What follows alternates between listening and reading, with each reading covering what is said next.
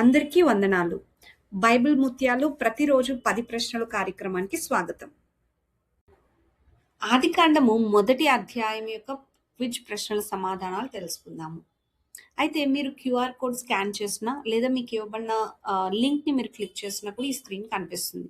ఇక్కడ మీ పేరు ఇవ్వాల్సి ఉంటుందండి. మీ పేరు ఇచ్చిన తర్వాత స్టార్ట్ బటన్ క్లిక్ చేయాలి. స్టార్ట్ బటన్ క్లిక్ చేసిన తర్వాత ఇలా మీకు కనిపిస్తుందండి. ఇక్కడ 10 ప్రశ్నలు మీకు ఇవ్వడం జరుగుతుంది ప్రతి అధ్యాయంలో నుండి. మరి మొదటి ప్రశ్న మనం చూద్దాం.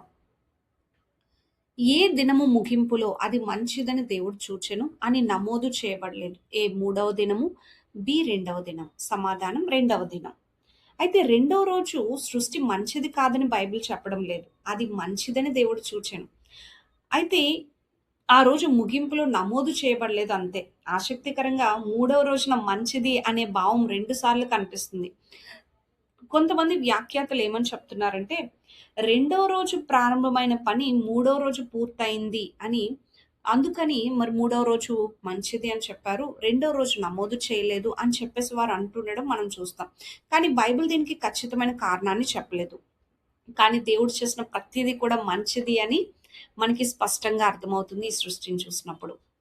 మరి అలాగే మనము 2వ ప్రశ్నను కూడా చూద్దాము.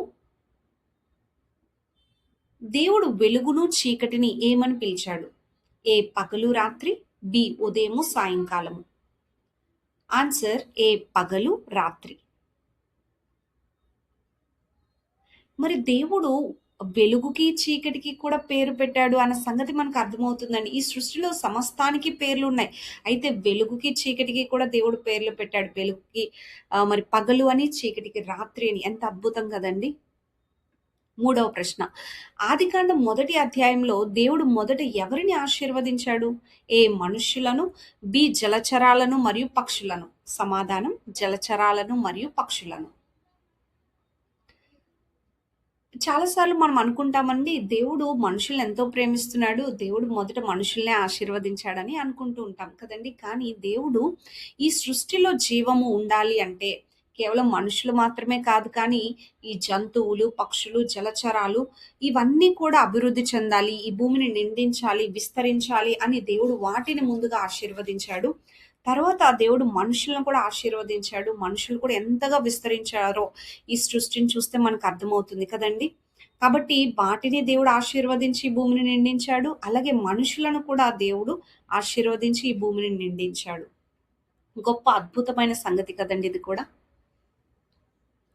మరి అలాగే మనము 4వ ప్రశ్న కూడా చూద్దాము.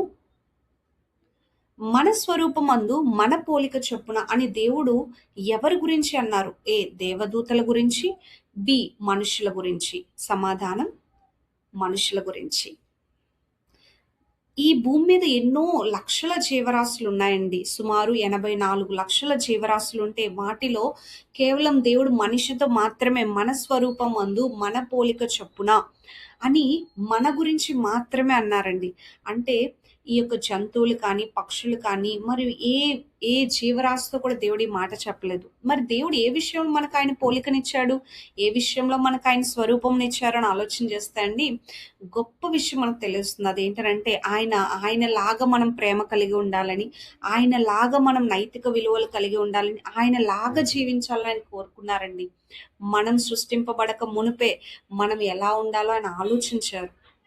కాబట్టి మనం ఆయన పోలికలో జీవిస్తూ, ఆయన స్వరూపమందు జీవిస్తూ ఆయనకి ఎప్పుడు కృతజ్ఞత కలిగి ఉందాము.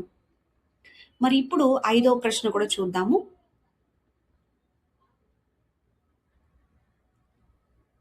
ఆదికాండం గ్రంథంలో మొత్తం ఎన్ని అధ్యాయాలు ఉన్నాయి? ఏ 50 అధ్యాయాలు, బి 45 అధ్యాయాలు. సమాధానం 50 అధ్యాయాలు.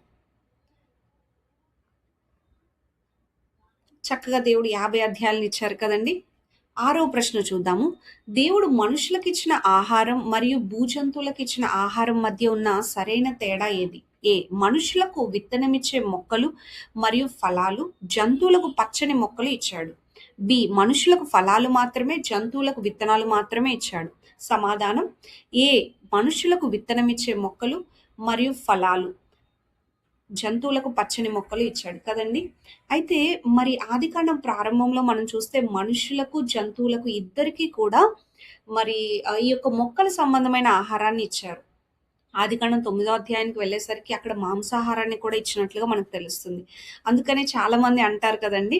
మరి ఈ మొక్కల నుండి వచ్చిన ఆహారం చాలా మంచిది, చాలా ఆరోగ్యము అని చెప్తారు కదండీ! అలాగే మరొక ప్రశ్న మనం చూద్దాము. దేవుడు ప్రతి దినములోని సృష్టిని మంచిది అని చూసాడు. మొత్తం సృష్టిని చూసినప్పుడు ఏ మాట ఉపయోగించాడు?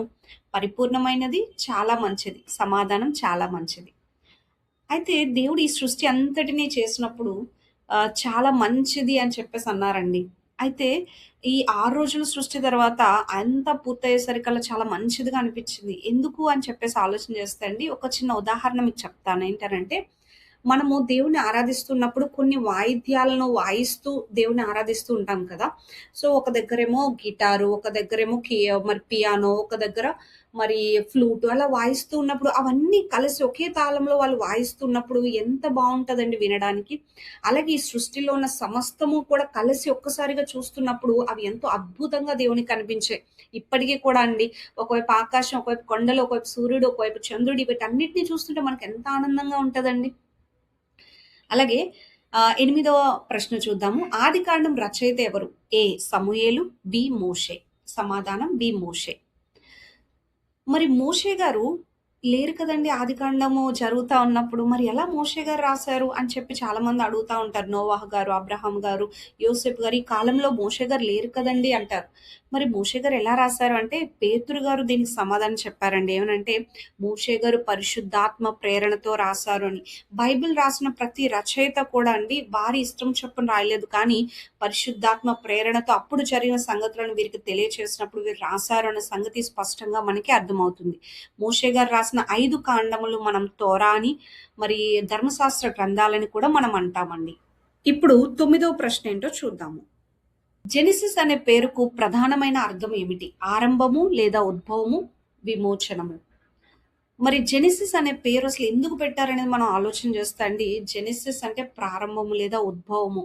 అంటే ఈ సృష్టి ప్రారంభం గురించి మాత్రమే ఈ యొక్క గ్రంథంలో రాయబడలేదు. కానీ మానవ జాతి ప్రారంభము గురించి, ఈ పాప ప్రారంభము గురించి, భాషల ప్రారంభము గురించి, అలాగే ఇశ్రాయేలీల యొక్క ప్రారంభం గురించి సమస్తము మరి ప్రారంభాలన్నిటిని గురించి మనం ఈ యొక్క గ్రంథంలో చూస్తాం. కాబట్టి ప్రారంభము, పుట్టుక అనే అర్థం వచ్చేలాగా దీనికి జెనెసిస్ అనే అద్భుతమైన పేరు పెట్టడం జరిగింది. మరి తెలుగులో చూస్తే ఆది కాండము, ఆది అనగా ప్రారంభం అని మనకు అర్థమవుతుంది కదండి. కాబట్టి ఆది కాండం అనే చక్కనైన అర్థం వచ్చే పేరు పెట్టారు. 10వ ప్రశ్న చూద్దాం. హెబ్రీ భాషలో ఆది కాండముని ఏమని పిలుస్తారు? బెరెషిత్, బమిద్బార్. ఏమని పిలుస్తారంటే అండి, ఏ. బెరెషిత్ దీని యొక్క సమాధానం. మరి బెరెషిత్ అనే పదానికి అర్థం ఏమిటనంటే అండి, ఆదికాండంలోని మొదటి వచనం మనం చూసినట్లయితే అక్కడ ఏమని రాయబడిందంటే, ఆదియందు దేవుడు భూమి ఆకాశములను సృజించెను అని. ఈ ఆదికాండంలోని మొదటి వచనంలోని మొదటి మాటే ఈ బెరెషిత్ అంటే అండి. అంటే బెరెషిత్ అంటే ఆదియందు అని అర్థం. మొదటి పదాన్నే వారు ఆ గ్రంథానికి పేరుగా పెట్టారు. కాబట్టి బెరెషిత్ అన్న, జెనెసిస్ అన్న ప్రారంభము అనే అర్థం మనకు తెలుస్తుంది.